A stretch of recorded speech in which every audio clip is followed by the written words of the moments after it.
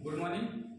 तो welcome to my YouTube channel exam pattern पे आप सभी का वेलकम है। तो कहने का मतलब ये है कि आज हम स्टार्ट करने वाले हैं, डिस्कस करने वाले हैं। कल हमने एक्सीएल पे देखा था, ठीक है, electric field on the XL point पे। तो कल हमने एक्सीएल पॉइंट पे निकाला था इलेक्ट्रिक फील्ड, ठीक है ना। तो जैसे कि हम लोग वो सब कंसीडर कर चुके हैं, तो आज हम लोग देखेंगे कि electric field on exterior point, ठीक है, इक्वेटोरियल पॉइंट पे देखेंगे। तो जैसे कि ये एक्सियल और एक्सटीरियर पॉइंट, मैंने एक्सियल के बारे में बताया था, एक्सिस, ठीक है ना। कोई भी अगर कोई भी इलेक्ट्रिक फील्ड एक्सिस पे निकाली जाती है, ठीक है ना, इसके अलोंग, यानी कि ये जो इलेक्ट्रिक डाइपोल बन रहा है इसी के अलोंग, समझ गया ना, इसी के स्ट्रेट लाइन के आगे की तरफ, ये होता है एक्सिस हमारा, ठीक है ना। एक्टोरियल पॉइंट क्या होता है? एक्टोरियल पॉइंट जैसे हम लोग से बोलते हैं निरक्ष, ठीक है, एक्टोरियल पॉइंट को हम लोग क्या बोलते हैं? निरक्ष बोलते हैं, ठीक है ना। तो हम लोग क्या निकालेंगे कि आज हम लोग देखेंगे एक्टोरियल पॉइंट पे। तो हमने देखा कि ये यहाँ दिखाएगा डाइपोल मोमेंट। तो यहाँ पे जो डाइपोल बन रहा है हमारा, यहाँ से यहाँ तक हमें किसी पॉइंट पी पे निकालना है आज हमको, ठीक है ना। तो यहाँ से हमेशा देखिए एक्सियल का जो पॉइंट पी का जो बीच का डिस्टेंस होता है वो आर होता है, यहाँ पे भी आ रही है, ठीक है ना। तो मैंने फिगर को इसलिए पहले से बना लिया, वीडियो थोड़ा सा लंबा हो जाता है, हाँ, थोड़ा सा वीडियो लॉन्ग चला जाता है, इसीलिए मैंने पहले फिगर को पहले से बना लिया है और इससे थोड़ा सा समझेंगे बात को, ठीक है। हम लोग एक बार समझ चुके हैं, लेकिन हम फिर से उसको रिवीजन कर लिए, ठीक है, रिवीजन करना चाहते हैं। तो आगे देखिए जरा इस पॉइंट पे, तो मैं फिगर को पहले समझा दे रहा हूँ कि यहाँ पे देखिए दो चार्ज, इंडिविजुअल चार्ज रखे गए, समझ गए ना। ये दोनों चार्ज या इसका अगर नेचर देखें तो अपोजिट है, ठीक है। तो जैसे कि ये माइनस क्यू और ये क्या है? प्लस क्यू, ठीक है ना। ये माइनस क्यू प्लस क्यू। तो यहाँ पे देखा जाए कि इन दोनों का जो मतलब डाइपोल है, तो ये 2 ये है, यहाँ से मैं ये मानता हूँ इसका बीचों बीच मिडिल पॉइंट हो जाएगा, इसका मिड पॉइंट 0 मतलब वो मान लेता हूँ। तो यहाँ से यहाँ तक की जो डाइपोल से माइनस क्यू की जो डिस्टेंस ए है और यहाँ से भी इसका डिस्टेंस सेम ए है, ठीक है ना। तो यहाँ से देखा जाए तो जैसे कि ये दिख रहे हैं कि एक ट्रिंगल बना रहा है, ठीक है, एक ट्रिंगल बना रहा है। तो यहाँ पे अगर देखा जाए कि जैसे इस चार्ज के कारण अगर मैं निकालूं तो ड्यू टू दिस चार्ज, ठीक है ना, electric field due to this charge at the point P पर। तो यहाँ से देखा जाए तो इसके कहां से होगी? अवे फ्रॉम होगी, ठीक है ना, फ्रॉम दिस चार्ज। तो इसका इलेक्ट्रिक फील्ड अवे होगी इससे, तो इससे अवे होगा मतलब इससे दूर होगा, समझ गए ना। तो यहाँ के अगर ये पॉइंट 2 है, ठीक है ना, तो जो प्लस क्यू चार्ज है वो पॉइंट 2 है, जो माइनस चार्ज है वो पॉइंट 1 है। तो मैं इसको शो करूंगा 1 और 2 से, ठीक है ना। तो जैसे 2 की तरफ जो इलेक्ट्रिक फील्ड है हमारा प्लस चार्ज क्यू के कारण इलेक्ट्रिक फील्ड हमारा इससे अलोंग होगा, तो मतलब कि इससे स्ट्रेट लाइन होकर कहें तो मतलब इससे दूर या ये 2 है। फिर देखेंगे कि माइनस क्यू चार्ज का due to minus Q charge electric field due to minus charge, तो एट द पॉइंट पी। तो देखेंगे इससे किससे होगी? टुवर्ड्स डायरेक्शन होगी, यानी कि जहां माइनस चार्ज क्यू है उसी की तरफ होगी इलेक्ट्रिक फील्ड, समझ गए ना बात को। तो इसकी डायरेक्शन क्या होगी? इसकी तरफ होगी। ये मेरा E1 है, क्योंकि मेरा मतलब फर्स्ट चार्ज ये फर्स्ट मैंने माना है, तो ये E1 होगा, मैं इसको इससे शो कर रहा हूँ, ठीक है। तो आप समझ गए होंगे इतनी बात। अब इससे बच्चों जैसे देखिए, अगर मैं इन दोनों का कंपोनेंट निकालना चाहूँ, समझ गए ना, इन दोनों को घटक निकालना, अगर मैं इन दोनों घटक करता हूँ तो जैसे मैं यहाँ पे अगर ये कोण मैंने एंगल को थीटा मान लिया है, ठीक है ना, अगर ये एंगल थीटा मान लिया है और यहाँ से मैं एक पैरेलल लाइन, इसी की पैरेलल लाइन ड्रा करूं, तो यहाँ से जब मैं पैरेलल लाइन ड्रा करता हूं तो यहाँ पे देख लीजिए अल्टरनेट एक्सटीरियर एंगल, समझ गए ना। ये दोनों आपस में जो थीटा थीटा बन रहा है तो अल्टरनेट एक्सटीरियर एंगल। देखिए बच्चों, अगर जैसे कि जब भी हम लोग मैथमेटिकल फॉर्म में पढ़े हैं, मैथमेटिक्स में पढ़ा है कि जब दो पैरेलल लाइन होती है, ठीक है ना, अगर उनको कोई ट्रांसवर्सल बना रही है, कोई लाइन अगर ट्रांसवर्सल बना रही है, तो यहाँ पे ये वाला एंगल और ये वाला एंगल ये अल्टरनेट एक्सटीरियर एंगल हो जाते हैं, समझ गए ना। तो अल्टरनेट एक्सटीरियर एंगल जिसे हम लोग एकांतर कोण कहते हैं, ये वाला एंगल इस एंगल के बराबर हो जाएगा। अब बच्चों जैसे कि यहाँ वाला अगर ये एंगल देखा जाए, ये एंगल देखा जाए, तो करेस्पॉन्डिंग एंगल बनाते हैं। अब करेस्पॉन्डिंग एंगल एक ही तरफ बनते हैं, तो यहाँ इन दोनों को अगर हम कंसीडर करते हैं तो मतलब हमको आगे समझने में बड़ा आसान होगा, ठीक है बच्चों। तो यहाँ पे देखा जाएगा अगर ये एंगल थीटा है तो ये एंगल थीटा होगा अल्टरनेट एक्सटीरियर एंगल से, ठीक है ना, इंटीरियर एंगल, सॉरी एक्सटीरियर नहीं इंटीरियर एंगल। तो यहाँ पे अगर ये कोण से बच्चों की ये वाला थीटा है, ये एंगल थीटा है, तो यहाँ पे देखेंगे ये एंगल भी थीटा होगा, ये किससे होगा? करेस्पॉन्डिंग एंगल से होगा, ठीक है। तो हमको इतनी बात समझ में आ गई बच्चों। अगर हम यहाँ पे ये अगर ये एंगल थीटा बना रहा है यहाँ से, अगर ये एंगल थीटा बना रहा है यहाँ से, तो मैं इसको कंपोनेंट अगर डिवाइड करूंगा तो कंपोनेंट में क्या आएगा कि यहाँ से मैंने बताया था आपको कि जो भी थीटा वाला, जैसे कोई ये हमारा कंपोनेंट है, ठीक है ना, अगर यहाँ से ये एंगल थीटा बना रहा है तो यहाँ से जैसे ये एंगल थीटा बना रहा है, तो मैंने बताया था कि जो थीटा के पास जहाँ पे थीटा बेस्ड होता है, जो थीटा जिस पे बेस्ड होता है वो एंगल हमेशा cos, उसका जो कंपोनेंट होता है हमेशा, जैसे ये p है तो इसको लिखेंगे p cos थीटा। समझ गए ना बात को। और जैसे थीटा से दूर है, समझ गए ना, थीटा से दूर परपेंडिकुलर पे जो है, जो परपेंडिकुलर पे होता है वो p sin थीटा होता है। क्या ये बात समझाया था मैंने? तो हम लोग ये चीज 11th में सीख चुके हैं, समझ गए ना। तो अब थोड़ा सा सीखने का आगे बारी है, ये थोड़ा कॉन्सेप्ट है इसलिए बताना जरूरी है। तो बच्चों जैसे कि यहाँ से मैंने इतनी बात तो कर लिया, तो बच्चों मेरा ये जो इधर वाला कंपोनेंट है तो ये हमारा e2 cos थीटा आएगा, जैसे यहाँ e2 है, ठीक है ना, तो इसका जो कंपोनेंट है e2 cos थीटा आएगा, और इसका जो एक कंपोनेंट है जो परपेंडिकुलर है e2 sin थीटा आएगा। समझ गए ना। अगर मैं इस एंगल को थीटा देखूं, ये वाले एंगल को अगर थीटा देखूं, तो इसका जो कंपोनेंट है ये बनेगा e1 cos थीटा, और जैसे कि इधर नीचे की तरफ परपेंडिकुलर, इसका जो परपेंडिकुलर है तो ये बनेगा e1 sin थीटा। समझ गए ना, इतनी बात तो समझ में आ गई। अब चलिए आगे की बात कर लेते हैं बच्चों। देखिए जैसे ये जो इंडिविजुअल चार्ज रखे गए हैं, इन इंडिविजुअल चार्ज के p की डिस्टेंस निकालेंगे, कितनी दूरी पे ये रखे गए हैं, ठीक है। डिस्टेंस की बात करें तो बच्चों जैसे कि हमारा देख लीजिए जैसे ये राइट एंगल है, समझ गए ना।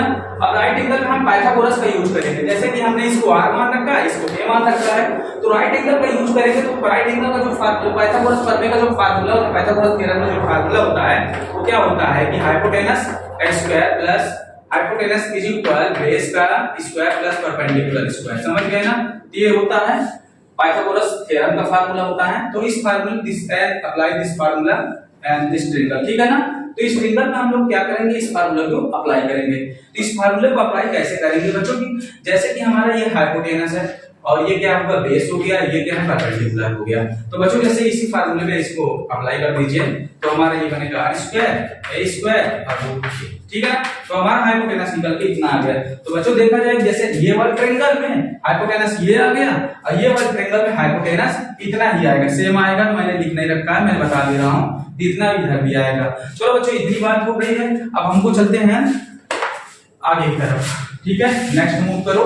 तो नेक्स्ट मूवमेंट हमारा क्या होगा, तो जब देख लेते हैं तो हम लोग क्या लिखेंगे, e due to the positive charge at this point p पर। इलेक्ट्रिक फील्ड हम लोग देखेंगे कि एट दिस पॉइंट p पर प्लस q, ठीक है ना, प्लस q के कारण हमारा इलेक्ट्रिक फील्ड पॉइंट p पर कैसा बनेगा कि e2 is equal kq upon under root r square plus a square का होल स्क्वायर, ठीक है ना।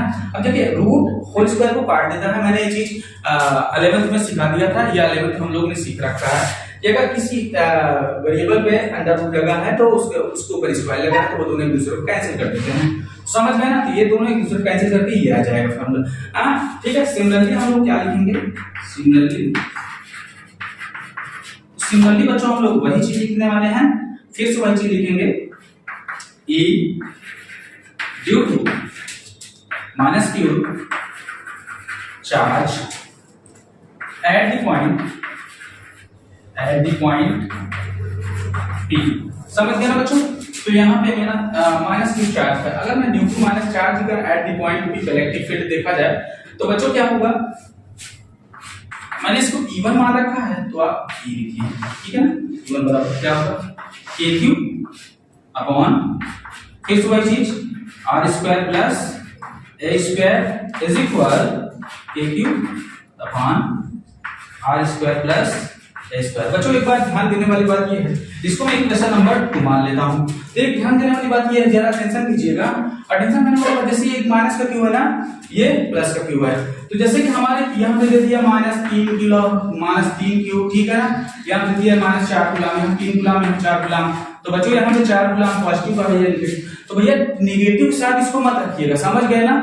जैसे ये क्या बताता है, केवल डायरेक्शन बताता है, इलेक्ट्रिक फील्ड की डायरेक्शन को बताता है। तो हम लोग इलेक्ट्रिक फील्ड की डायरेक्शन में ये चीज कंसीडर कर चुके हैं, इलेक्ट्रिक फील्ड की डायरेक्शन में ये चीज हम लोग कंसीडर कर चुके हैं, ठीक है ना। तो जब ये हम कंसीडर पहले से कर चुके हैं, ये इलेक्ट्रिक फील्ड की डायरेक्शन केवल शो करता है, हमको माइनस के साथ नहीं रखना है। जैसे -3 कहीं नहीं रखेंगे हम लोग, समझ गए, केवल 3 रखेंगे। ये माइनस क्या है, इलेक्ट्रिक फील्ड की डायरेक्शन को बताता है कि डायरेक्शन उसके टूवर्ड्स होगी या इनवर्ड्स होगी, समझ गए ना। कहने का मतलब कि आउटवर्ड होगी, ये चीज बताता है। तो चलिए ये बात हमने आपको बता दी इसी कॉन्सेप्ट में। इसी फार्मूले में। तो हम लोग को आगे थोड़ा से मूव करना है, तो आगे आइए मूव करते हैं। तो जैसे E1 और E2 निकल आए, ठीक है बच्चों। अच्छा बच्चों यहाँ पे देखा जाए कि यहाँ पे E2 cos sin थीटा है और E1 sin थीटा है। तो बच्चों देखा जाए कि यहाँ पे दोनों का मैग्नीट्यूड एकदम सेम है क्या? ये देखो ये बराबर है क्या? दोनों का मैग्नीट्यूड इक्वल है क्या दोनों का? देखो यहाँ भी k3/r² + h² है, यहाँ भी k3/r² + h, दोनों सेम है क्या? सेम है ना। तो मैं कह सकता हूँ कि यार यहाँ की वजह हो गया E1 बराबर क्या हो जाएगा? E1 = E2 हो गया। तो मैग्नीट्यूड एकदम सेम हो गया यार, ये तो कमाल की बात होगी, मैग्नीट्यूड तो एकदम सेम है। तो बच्चों जैसे मैग्नीट्यूड सेम है और sin थीटा है, ये दोनों अपोजिट डायरेक्शन में हुए ना। अच्छा बच्चों अपोजिट डायरेक्शन में होते हैं, दूसरे को कैंसिल कर दिए ना, ये दूसरा कैंसिल कर दिए, ये दोनों कंपोनेंट एक दूसरे को कैंसिल कर दिए। तो बच्चों ये भी एक फोर्स है, ये भी एक फोर्स है, दोनों को कैंसिल कर दिए। तो जब ये दोनों कैंसिल कर दिए, अब यहाँ पे देखिए, यहाँ पे आइए E1 E2 का मैग्नीट्यूड एकदम सेम है, समझ गए ना। तो जब इनका मैग्नीट्यूड सेम है तो E cos थीटा दोनों का क्या है? डायरेक्शन क्या है? एक ही तरफ है। दोनों का डायरेक्शन जब एक ही तरफ है तो हम लोग ये चीज बता सकते हैं कि दोनों का डायरेक्शन एक ही तरफ है। तो हम इनको क्या करेंगे? इसका ऐड कर लेंगे, ई नेट निकाल लेंगे, समझ गए ना। तो जब हम लोग बच्चे ई नेट निकालेंगे, नेट इलेक्ट्रिक फील्ड निकालेंगे, तो हमारा हो जाएगा E1 cos theta + E2 cos theta. समझ गए ना बात को? E2 cos थीटा और E1 cos थीटा दोनों को ऐड कर दीजिए, मैग्नीट्यूड सेम है, इसलिए हम क्या हो जाएगा बच्चों? 2E cos theta. समझ गए ना बात को? अब मैं चाहे E1 यहाँ लिखूं चाहे E2, तो इससे कोई फर्क नहीं पड़ता है, इससे कोई फर्क नहीं पड़ता है। तो हम लोग लिख देंगे E KQ r² + a² और इनटू cos थीटा। अब बच्चा ढंग फंस गया ना, तो बच्चे जहां फंस गए यहाँ पे cos थीटा। अब cos थीटा हम लोग फाइंड कर लेंगे, cos थीटा हम लोग निकाल लेते हैं। तो बच्चों जरा देखिए यहाँ पे, जैसे कि मैं यहाँ पे समझा दे रहा हूँ कि अगर जैसे कि यहाँ एक ट्रायंगल है, अब इसका मुझे परपेंडिकुलर दिया है और बेस दिया है, दोनों का दिया है ना। अगर ये एंगल थीटा है, रेफरेंस एंगल हमारा क्या है? ये हमारा रेफरेंस एंगल। अगर इसे मैं रेफरेंस एंगल मान रखा है तो ये हमारा थीटा है। तो मैंने बताया था कि थीटा की जस्ट अपोजिट साइड क्या होती है? परपेंडिकुलर होती है ना, नहीं बोल सकते हैं, समझ गए ना? क्या होगी? क्या होगी? हाँ मैंने बताया था कि इसके अपोजिट साइड एंगल, साइड जो होगी परपेंडिकुलर होगी, जो हमने रेफरेंस ऑफ थीटा मान रखा है उसके अपोजिट एंगल, मतलब साइड क्या होगी? परपेंडिकुलर होगी, लंब होगी ना, कहने का मतलब। और जिस पे थीटा बैठा हुआ है वो बेस होगा, समझ गए ना। ये बाकी तो हाइपोटेनस सही है, ठीक है ना। 90 डिग्री के सामने वाला जो 90 डिग्री बन रहा है उसके जो जस्ट अपोजिट क्या होती है? हाइपोटेनस होती है। तो कहने का मतलब ये है कि अगर हम cos देखें तो बच्चा cos क्या होता है? हमने क्या पढ़ रखा है? आधार बटे कर्ण ना। आधार बटे कर्ण का मतलब बेस अपान क्या होगा? हाइपोटेनस, ठीक है ना। बेस तो हाइपोटेनस तो हमारा निकल आया है। तो बेस बच्चों क्या है? cos थीटा हमें यहाँ निकालना चाहे तो cos थीटा क्या निकल सकता है? a/r² + ये निकल आया cos थीटा। तो हम लोग बच्चों cos थीटा के प्लेस पे हम लोग क्या लिख सकते हैं? a/r² + a²। समझ गए ना? इतनी बात समझ में आई। तो हम लोग इसको पुट अप कर लेते हैं बच्चों। तो मैंने इसको साइड बता दिया है, कोई बच्चा हमसे कंफ्यूज ना हो कि ये चीज कहां से आ गया। अच्छा बच्चों ये बताइए हमको कि क्या मैं अंडर रूट के अंदर इसकी कोई वैल्यू x है तो मैं x को रूट के अंदर हटा के मैं ऐसे लिख सकता हूं, ठीक है। इसका एक्सपोनेंट जो होगा 1/2 हो जाएगा, जैसे रूट में है तो मैं ऐसे लिख सकता हूं। तो मैं क्या इसका जो एक्सपोनेंट है 1/2 लिख सकता हूं, ठीक है। तो इसको एक्सपोनेंट 1/2 बच्चे यहाँ पे लिख सकता हूं, एक उधर लिख देता हूं 2qa। समझ गए ना बच्चों? तो यहाँ पे देखिए जरा, ये दोनों सेम चीज है और सेम चीज की जगह मल्टीपल करते हैं तो उसका एक्सपोनेंट जुड़ जाता है, ऐड हो जाएगा ना, उनकी घात यानी कि कहने का मतलब पावर ऐड हो जाएगी। जैसे x into x 1/2, इनका जो पावर है मैं x 1 लगा सकता हूं। अगर जैसे हाफ में 1 को जोड़ेंगे ऐड करेंगे तो 3/2 आ जाएगा। तो 3/2 यहाँ पे लिख देंगे बच्चों r² + a², इसका पावर 3/2।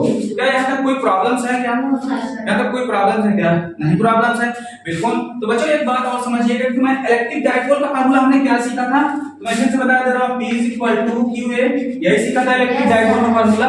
तो क्या मैं इसकी जगह इसको पुट कर सकता हूँ? क्या 2QA की जगह में क्या पुट कर सकता हूँ? P लिख सकता हूँ ना। P हमारा इलेक्ट्रिक डाइपोल है। तो बच्चों यहाँ पे जरा देखिएगा Q into P, देखिए P भी वेक्टर, तो यहाँ पे E नेट हम निकालेंगे वेक्टर। तो यहाँ पे जरा देखिएगा r² + a²। अब बच्चों यहाँ पे समझने वाली कौन सी बड़ी बात ये आती है कि बच्चों यहाँ पे देखिए आर का जो आर के कंपैरिजन में ए डिस्टेंस छोटी है कि नहीं छोटी? आर कंपैरिजन में ए छोटा है ना, कहने का मतलब ए को निगलेक्ट कर देंगे, करेंगे ना, ए को निगलेक्ट कर दीजिए।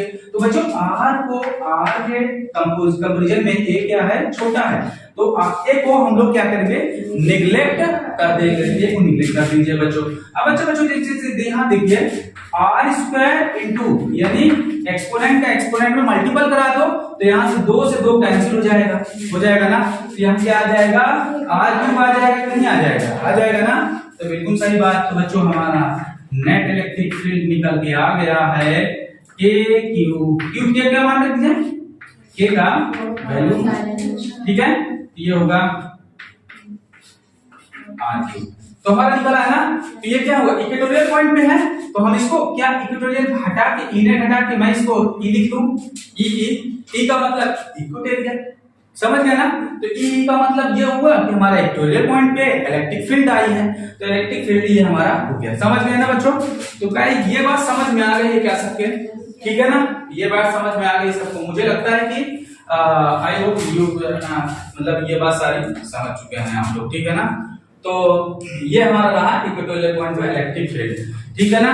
तो कल हम दूसरा डेरिवेशन देखेंगे। तो इसी तरीके से बच्चों थोड़ा चैनल को शेयर और सब्सक्राइब कर दीजिएगा, ठीक है? बात को समझिएगा और वीडियो स्किप मत कीजिएगा। हर चीज कागज देखेंगे तो एक बार 2 बार आप लगाएंगे, जैसे ही डेरिवेशन को आप 1 बार नहीं 2 बार नहीं 3 बार, तो मैं कहता हूँ एक बार बिलीव कीजिएगा, आपको भी आने लगेगा, ठीक है ना? तो ये आप स्टार्टिंग वाले जो 11th के बच्चे हैं जो शुरुआत में सीखना चाह रहे हैं, ठीक है ना, स्टार्टिंग से लर्निंग कर रहे हैं, तो उनके लिए जो लर्नर्स है, ठीक है ना, न्यू लर्नर्स है, तो उनके लिए बहुत ही ये बेनिफिट रहेगा ये वीडियो, ठीक है? दैट्स ऑल, हो गया।